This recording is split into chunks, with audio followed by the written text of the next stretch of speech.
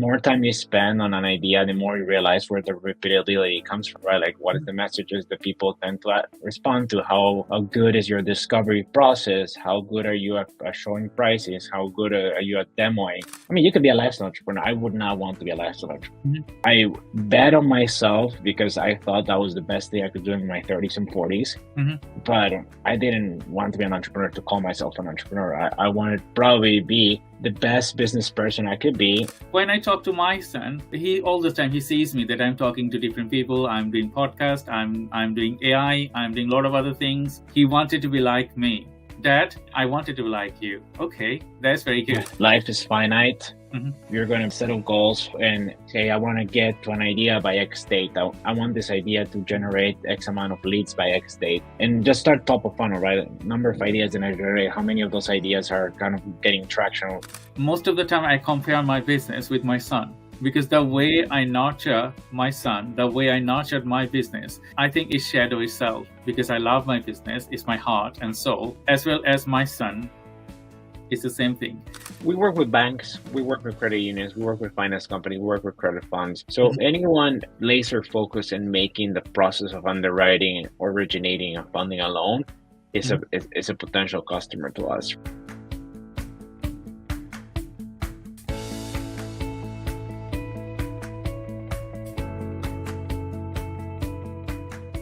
Welcome to the Innovative Circle podcast. I'm your host, Dr. 𝐁𝐿𝐲𝐶, CEO of Time Research and Innovation, 𝐁𝐮𝐢 marketing agency, and Sales Funnel Accelerator. You know, the ICPcast is an initiative to bring innovative ideas, transformative strategies, and forward-thinking insight from various industries, whether it is in technology, artificial intelligence, marketing, finance, lead generation and sales, business advisory and development, tax and accounting, or sustainability.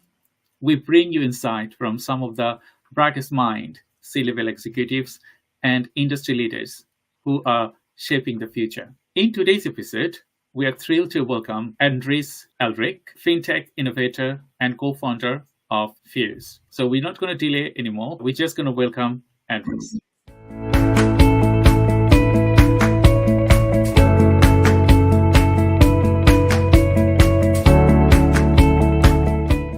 Hello, 𝐁𝐿𝐴𝐺𝐻. How are you today? Doing great. Thanks for having me here. Thank you very much. So I just wanted to give a brief introduction about 𝐁𝐿𝐴𝐺𝐻. So he is the co-founder and the fintech innovator at 𝐊𝐥𝐻. So 𝐊𝐥𝐻 is a next generation loan organization system designed to make lending faster and more efficient. Originally, he is from Bolivia. He has built a career in investment banking and private equity, working with big organizations like Goldman Sachs, Credit Suisse, and 𝐁𝐼G Capital. A graduate from Harvard Business School, 𝐁𝐿𝐴𝐺𝐻 is passionate about using technology to improve access to finance.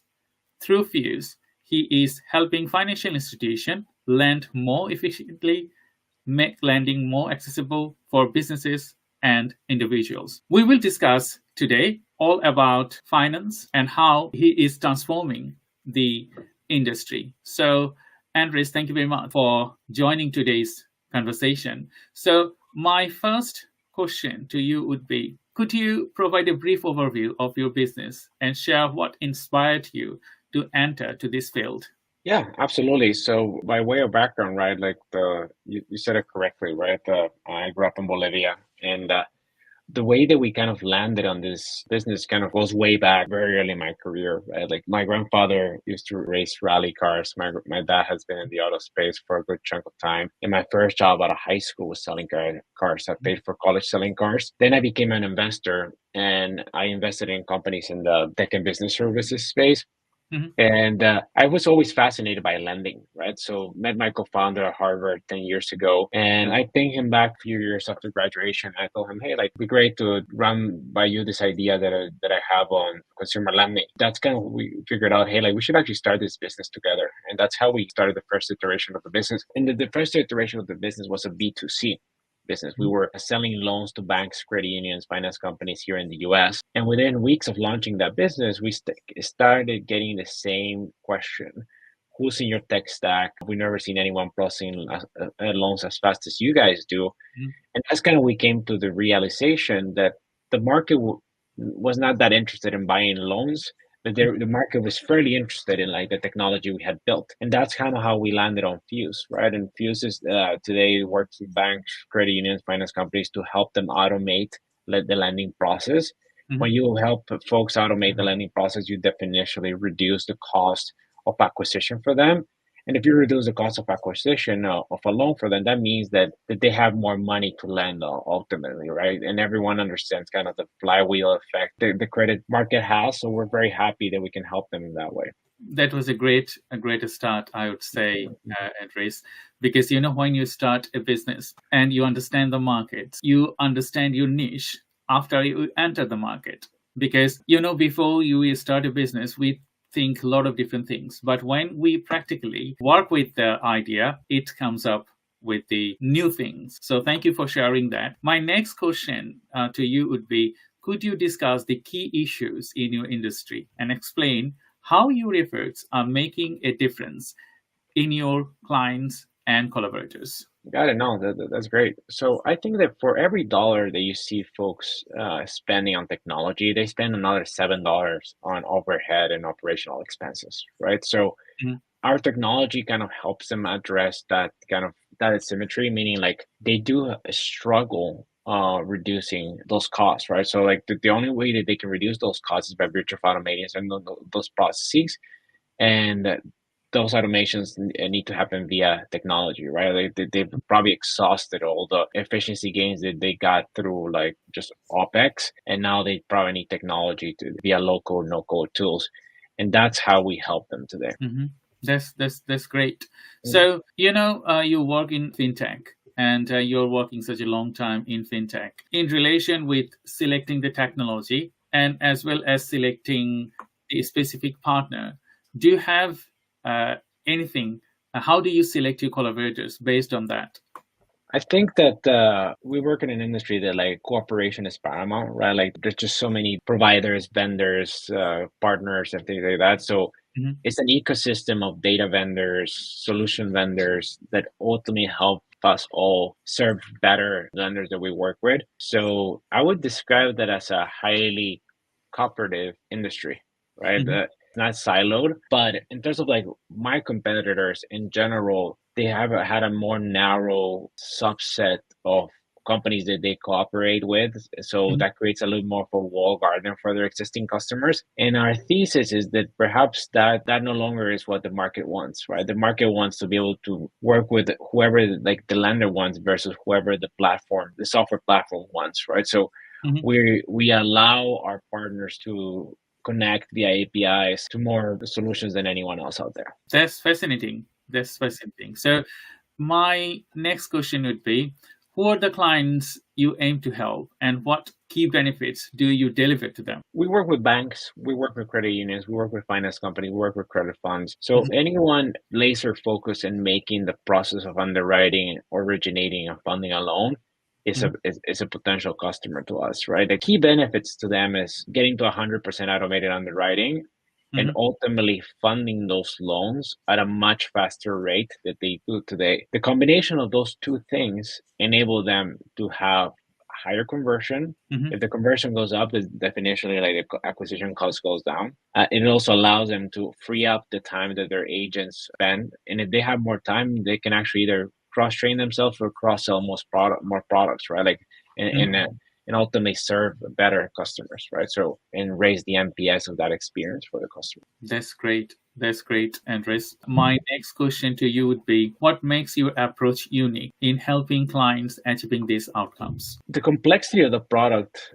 To make something very simple, the back end and everything that needs to be thoughtfully prepared, and like it's a monster of a product, right? Like we do all the hard work so that our partners don't have to, right? So that it feels seamless, right? It's kind of like we're the duck that is like relaxed in the water, but reality is we're working very hard underneath it to give that peace of mind to our customers. My next questions would be, are partnerships part of your business model? And from their perspectives, what benefits make you an ideal collaborator?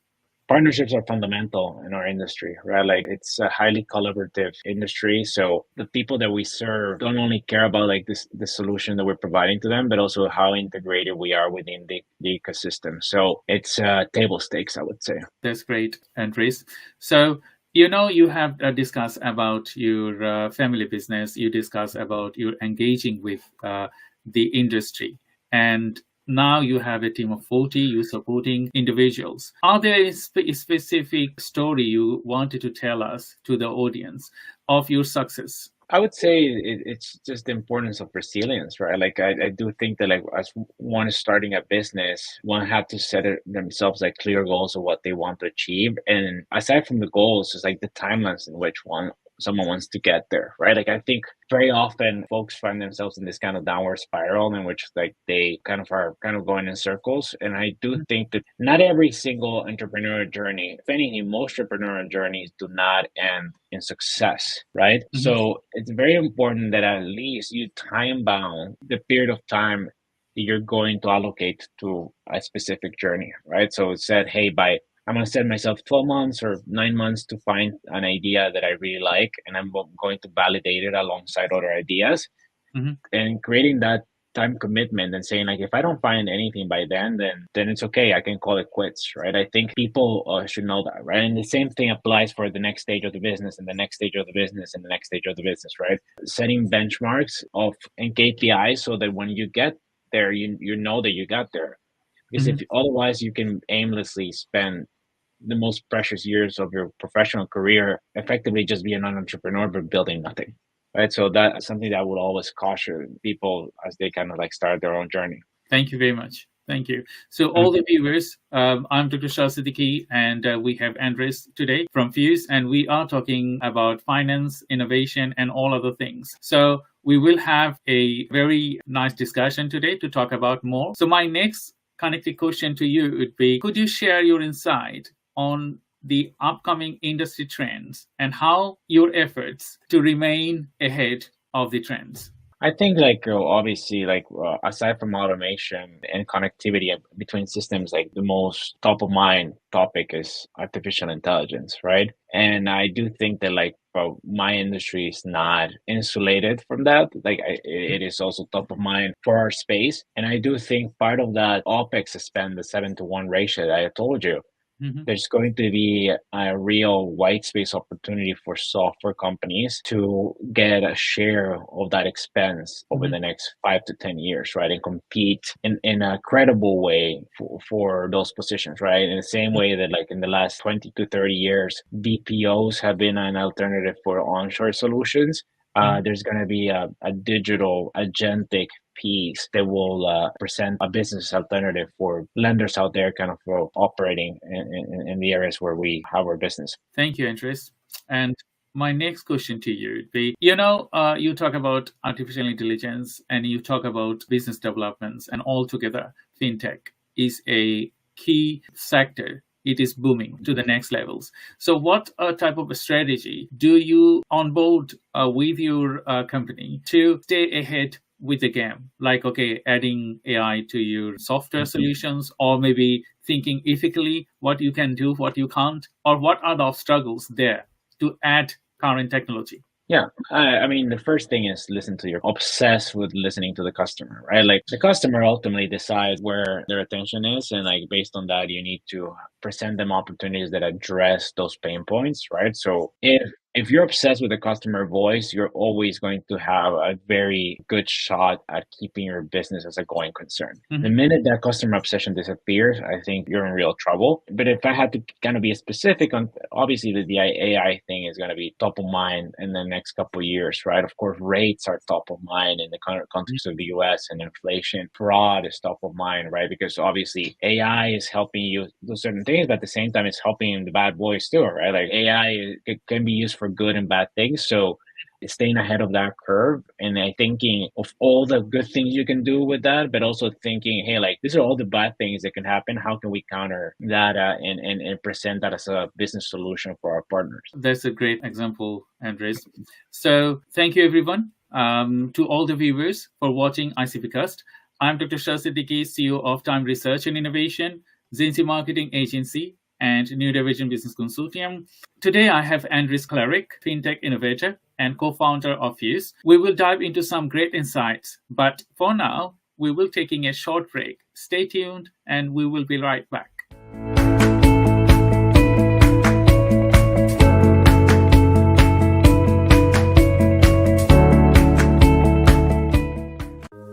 You may know CEOs who consume high-value business content grow their companies 4 times faster, and 81% of business leaders say thought leadership content has directly influenced their buying decisions. So, wondering how to accelerate your success?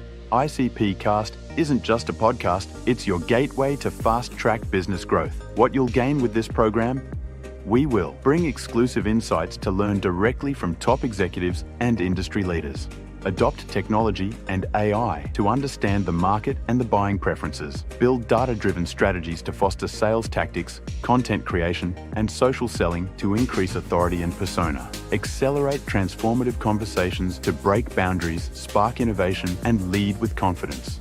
On-demand learning to gain expert insights anytime, anywhere, at your convenience. Build a powerful network. Connect with key decision makers to shape the future of business. So, what are you waiting for? If you are ready to lead your industry with clarity and confidence, ICP-Cast is your ultimate tool for success. Book your cast with me today.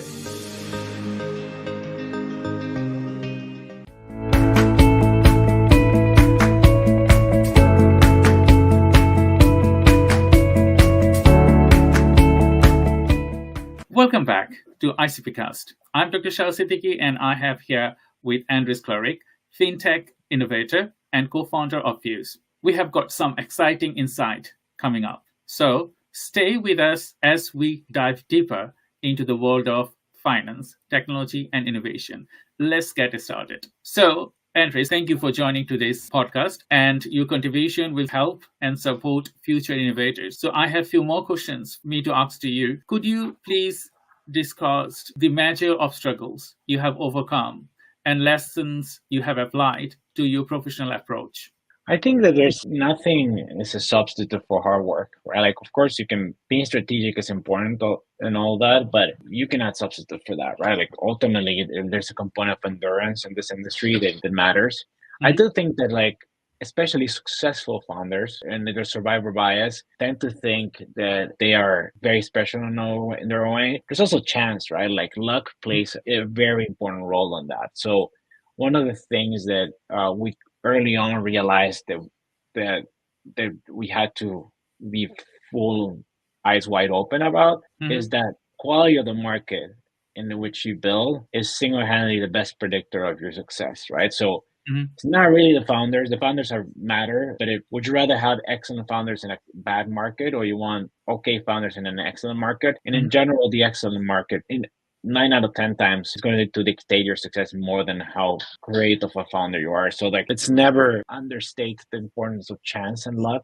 So I guess, like, the best founders also are the best ones at picking the right markets, right? So that's kind of one of the most important things to highlight, and not confuse that all of a sudden everyone is like a master of the universe genius, right?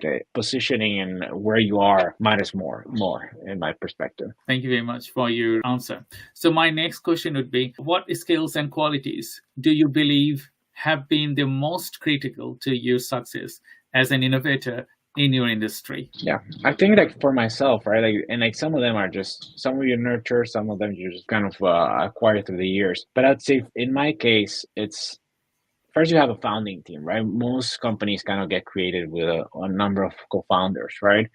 And what I would say I bring to the table, the ability to kind of just work very, very hard, right? Like, and over long periods of time, remain kind of like, have a calm demeanor when, like, things like don't go as well, right? And, like, knowing how to approach those, having an obsession with customers, right? Like, making them feel like most important thing that, and because they are, right? Like, customers enable you to get where you are, and truthfully caring about each one of our partners, right? You will also find your co-founders, like, they will fill the gaps of whatever it is that you don't have, right? It could be technical capabilities, ability to organize themselves, planning, strategic, all of those things are things that, like, as a founder, you need to work with folks that kind of effectively help you cover for the things that maybe you're not as good at, or maybe you're good but not at the level that they are, right? So as you're thinking about your founding team, you should think about, hey, like, I'm very good at sales, but I'm bad at tech, right? So, well, to get someone with whom you can communicate properly, so that the sales and tech thing magic can be executed. That's great. That's great. So, are there any misconceptions about your industry that you would like to address and clarify here today? I mean, I do think, like, I work with financial institutions, right? Like, so had you asked me the same question, I don't know, 15 years ago, a little bit over 15 years ago, post-financial crisis, it was a segment of the market that, like, had a misperception, because obviously, like, the financial crisis brought a lot of attention to the space. A lot of blame was put into, like, broad strokes of the market, when, like, there were perhaps a good chunk of bad apples, but, like, not necessarily speaking about, like, the entire industry as a whole, right? Mm-hmm. Personally, have always seen the financial industry as the kind of the lungs of the economy.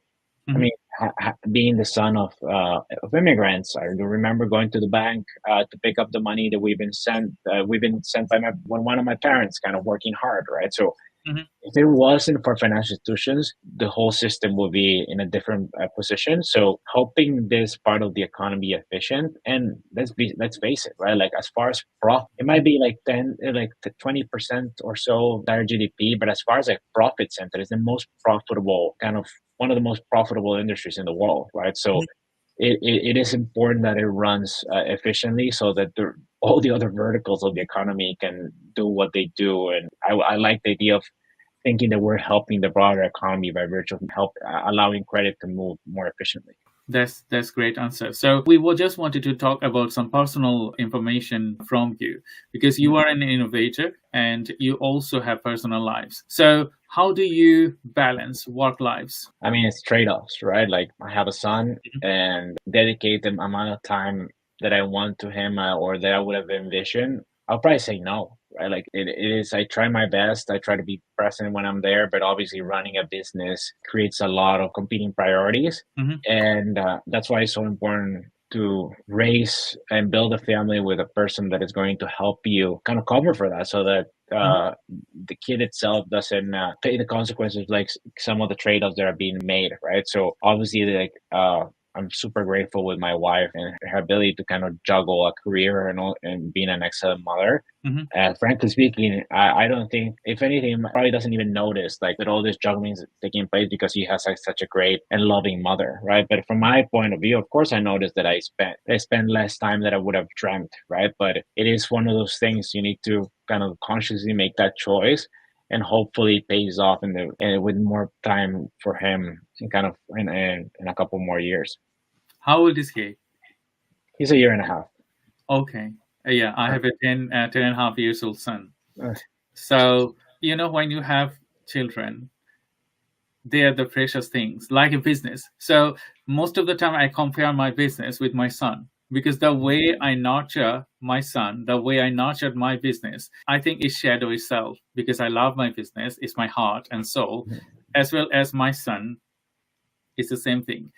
Yeah. How do you nurture your relation with your son? Because when I talk to my son, he all the time, he sees me that I'm talking to different people. I'm doing podcast. I'm doing AI. I'm doing a lot of other things. He wanted to be like me. Dad, I wanted to be like you. Okay, that's very good. So how do you nurture your relation with your son? I mean, I guess it's very young now, right? So today is one of the biggest things that I'm very intentional about, is like language, right? Passing on him, like, Spanish, right? In my household, my wife's Norwegian. I'm American, but I was raised speaking Spanish in South America. So for us, one of the biggest cultural transfers that we can make to him is kind of enforce that the two of us grew up in different countries, and therefore we want him to have a perfect ability to communicate with their cousins and their grandparents. And we want language to be that way in which we transfer culture to him, right? Like, obviously, we're not raising him in either Norway or Bolivia. So what better gift than at least giving him the ability to have, like, language connection with that, right? That's one of those. And making sure that he had a kind of basic needs thing, that he doesn't miss any of those things, healthcare. And then whenever I'm there with him, that he gets just my undivided attention, right? So making not about quantity, but trying to focus on the quality of that time, right? But obviously trying to also give him a good chunk of quantity too. It's a good question. It's come up on my mind. I'm just going to ask you. As in, I'm an immigrant in the UK. Yes, I didn't born here. I came here as an international student. I spent half of my lives here. So do you feel any differences being an immigrant and doing a successful business? Could you do better if you weren't an immigrant in the USA? I mean, I don't know the contrary, right? Like, I don't obviously, like, when I think about the US, I'm extremely grateful, right? It gave me this set of opportunities. I don't think I would have had the opportunity to build a business, a venture-backed business of the scale that we've built here in any other place in the world, right? Like, I think it's the most dynamic capital market at every level, and I feel incredibly fortunate that I was able to do it here in the US. I mean, in a way, you start from zero here, right? Like that when you're as an immigrant, for better or worse, you start from zero. So you don't have a last name to live up to. You don't have friends and peers that have. You kind of build your own legacy, right? Which is an incredibly powerful thing to think about, right? Like, and it's there's no past that's gonna help you get there other than like the love and belief that your parents still in you. And your ability to go through the obstacles on your own, right? And of course, then again, going back to luck and along the way too. So you don't need to be an immigrant to have that level of ambition. But I do think that I mean, the stats are pretty clear on first generation immigrants having a disproportionate amount of entrepreneurial success of advanced economies, right? Like, you can look at the founders of Google and all of that, right? I think it's because that first generation knows what they left and like why they want to be where they are there, and they want to make that shot that they have at reaching escape velocity count, right? And of course, their parents don't necessarily have the same shot, right? Because they don't necessarily come here at the same age. So the parents are probably the vessel, right? Like, they sacrifice themselves to give that next set of opportunities. But that first generation is like, okay, you're ready, let's go, type of thing. That's a great example. Thank you, Andres. And thank you, everyone, for joining today's live webinar. I'm Dr. 𝐁𝐿 Siddiqui, and I have Andres from the Fuse. And we're going to be talking a few more minutes and ask Andres some more questions. I hope you are enjoying this episode of our podcast. And if you like, please share this episode with your friends, colleagues, and family. I think we have some very crucial information today that you can pass into and as well as grow your business together. So my next question to you would be, what advice would you give to the inspiring entrepreneurs looking to make a mark in your field? I think I want to be more practical there. I would say just time bound the amount of time you want to dedicate to an entrepreneurial journey. Life is finite.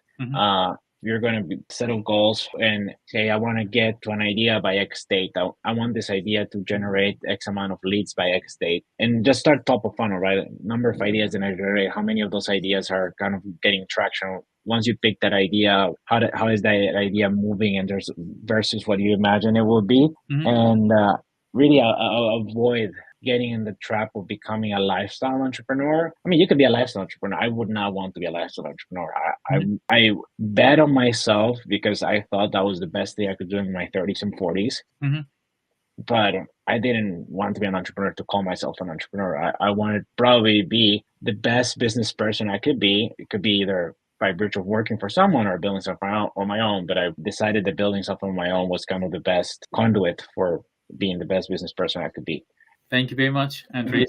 So my next question would be, you know that you work in the industry. You have seen ups and downs. You have seen growth. So how steady you have to be to keep the growth ongoing? Because sometimes we just hesitate. Sometimes we divert it because if the growth is not coming on our way. So how did you manage those struggles? The very early days is really like sales and product, right? Like, but then it's actually having a repeatable motion, right? Like, and more time you spend on an idea, the more you realize where the repeatability comes from, right? Like, what is the messages that people tend to respond to? How good is your discovery process? How good are you at showing prices? How good are you at demoing? And like to this, you kind of create a method to that, and that allows you to have a predictability machine around repeatability, right? So you can say, hey, if I spend $1 here, I'm going to get $3 in 6 months, 12 months, 18 months, whatever the number is, right? But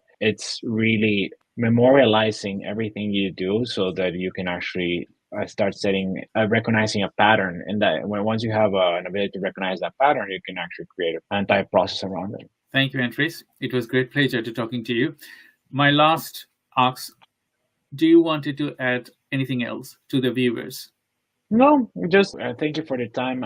Please feel free to reach out to me on LinkedIn. And I've had great mentors through my career. And to the extent that I can return the favors, I would love to do that. Thank you very much, Andres. So thank you, everyone, for joining today's Innovative Circle podcast. We hope today's conversation with Andres, fintech innovator and co-founder of Fuse, has sparked some fresh ideas and provide valuable insights to elevate your business strategies, whether it is in sales, marketing, finance, or innovation. Don't forget to subscribe to our podcast and our newsletters on icpcast.com. Share this episode with your network, learn, leave us a review. It helps us reach and inspire more leaders like Andres.